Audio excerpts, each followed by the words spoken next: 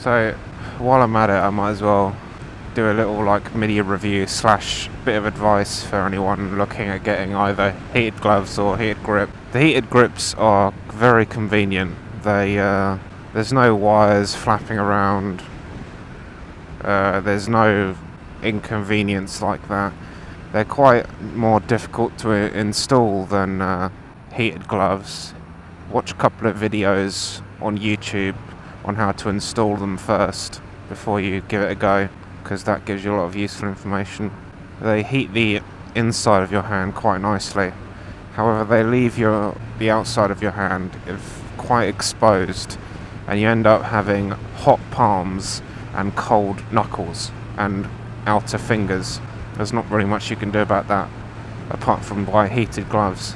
So the heated grip's very convenient, but not as good as heated gloves really, because the wind blast hits the outer side of your hand, not the inside. And now heated gloves, a little bit more inconvenient, a lot easier to install because you literally just plug them in, literally. So you've got a lot of wires to think about. It's a lot easier to install, but you've got wires running through your jacket, you've got wires running through here, there and everywhere. Unless you buy the battery powered ones, which I guess are a little bit better, much more convenient than the wired ones, that is. Don't have to worry about installing the battery into the battery even. Don't have to worry about installing into the jacket. So you have to run a wire from the battery to some random outlet on the bike, and then there's a connector on the end of that, and then on the other set of wires, which the reciprocating connector is located, you have to run that through your jacket and then out the sleeves. And then there's the difference in price. The heated gloves are significantly more expensive than the grips. These grips were only about £80 from Infinity Motorcycles, whereas my heated gloves were £160. And while they are definitely better, the grips are so much more convenient. And the grips haven't broken yet either. My gloves are currently in a state of disrepair, and I want to take them back and get a full refund this time because I'm fed up with this. Take them back and get a good pair of Rucker gloves instead or something, which are about the same price, but they're not heated, so I'm assuming they're going to be really good quality and hopefully quite warm as well. So they work well with the heated gloves, not heated gloves, so that they work well with the heated grips. So there's your little mini review on heated gear for your hands. I hope that was helpful really. So in a nutshell, we came to the conclusion that although heated gloves are better, they're also very much more expensive. And although heated grips are a lot cheaper, they're a lot more complicated to install. Oh, thank you. So if you've just started riding, for example, and you know you're going to be a winter rider, like maybe you've just started riding or are about to, and you look outside and you think, oh bloody hell, it's quite cold out there. I don't know if I want to go out for a ride because my hands are going to be so cold. Heated grips, I'd say. Experiment with heated gloves later. Heated grips will do you for now. 80 quid, job done. If you're a bit of a handyman, kind of, then you'll find no problem in installing them. Just watch a couple of videos. All you need, by memory, is a knife, spanner of some kind, whatever diameter your, whatever size your clutch handle thing is. That's where mine is, on the clutch lever bit. I just took out the standard screw, or the standard bolt even.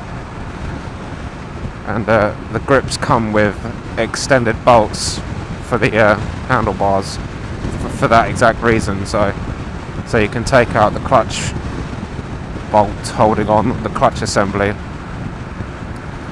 and put the new bolt in that extends a bit further, so you can also put the housing on for that controller. What else do you need? A bunch of cable ties, a lot of cable ties, they're your best friend. Some electrical tape to seal up the connection, and whatever size spanner or screw for your batteries, your battery negative and positive, and that's it, that's all you need. Bit of common sense as well, doesn't hurt. Heated gloves are even simpler. You literally just take off the seat, connect them to the battery, job done. That's literally all you have to do. Other than that, it's just a little bit tedious getting all the wires in. You've got to find a good spot on your jacket to hang the controller from, because the controller is going to be on your jacket or hanging out of the bottom of your jacket, which is fine. That's what mine did until it fucking the right hand glove broke, so I'm not using them anymore. And then you just run the two wires. One wire goes into the controller, two wires come out, you just run them down the sleeves, and that's it. A couple of cable ties here and there, job done. So what about the Scala G9? The Scala G9, very useful, very convenient for the motorcycle commuter. It's got a built-in radio for one thing, which I don't use though. The in-helmet speakers are very convenient. I'm not saying they're good, because they're not. They're crap. They're absolutely crap. No mid-range or low range whatsoever. They're just all high range, and that's it. Nothing else. It's just rubbish, really. Seriously considering getting some proper in-helmet speakers and then splicing them into the G9. If I do that, be rest assured I'll do a video for anyone who else wants to do that. What other little functions do we have? Oh yeah, their whole purpose, communicating with another rider. Very good. Very clear. Very perfectly well done. The auto volume is absolutely perfect on the Scala G9, where if the wind noise picks up at higher speeds, the volume just goes up. Job done, really. It looks quite good on the helmet. The placement is a little bit annoying, because if you try and put your helmet down, the whole weight of the helmet is on the Scala G9 because it protrudes off the bottom of the helmet. You know, I think it would have been better if it just stuck on the side like a drift does. But it sticks to the rim of the helmet, so when you put your helmet down, it's just all the weight is on the Scala G9, which it's survived so far.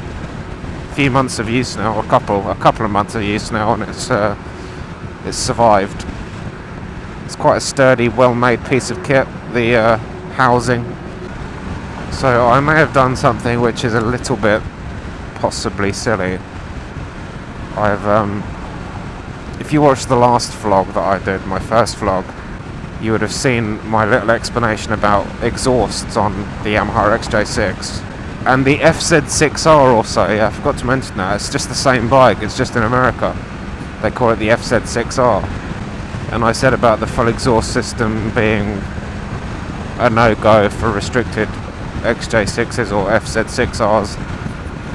However, I have gone and bought a full exhaust system to see what the effect is on the restriction. Obviously, if there's no effect, I will leave it installed. And if there is an effect, a really bad effect, like unrideable, then I might take it off the bike. Might. I won't say what I'll do otherwise, because that might be illegal. I'll let you figure that out. It's an Arrow exhaust system to replace my Scorpion slip-on. So I might sell my Scorpion slip-on. It's coming from Italy, believe it or not. I don't know if Arrow is Italian or whatever, but for some reason it's coming from Italy. I'll do a video on that installation. I'll probably wear my helmet for the whole thing, which will be quite comical. People just walk past the end of my drive and just see this guy fitting an exhaust, and for some reason he's wearing a helmet. It's like, Jesus. I knew you had to wear PPE when doing stuff like that, but that's just excessive. Oh yeah, it was quite funny the other day. Me and my mate left work at the same time. He drives a BMW M5, so we had a little play on the motorway, which was quite cool. Nothing major, just, you know, a little can you catch me in the fast lane type thing. He was letting me keep up with him, because that thing is a flipping rocket. Obviously nothing compared to some bikes, but in the car world, it's quite the rocket. I've been in it a few times, and Jesus, you need extra padding in the headrest, because your head just gets flung backwards into the seat when he puts his foot down from that big naturally aspirated V10. But yeah, that was fun. I'll put some little bits of footage up from that.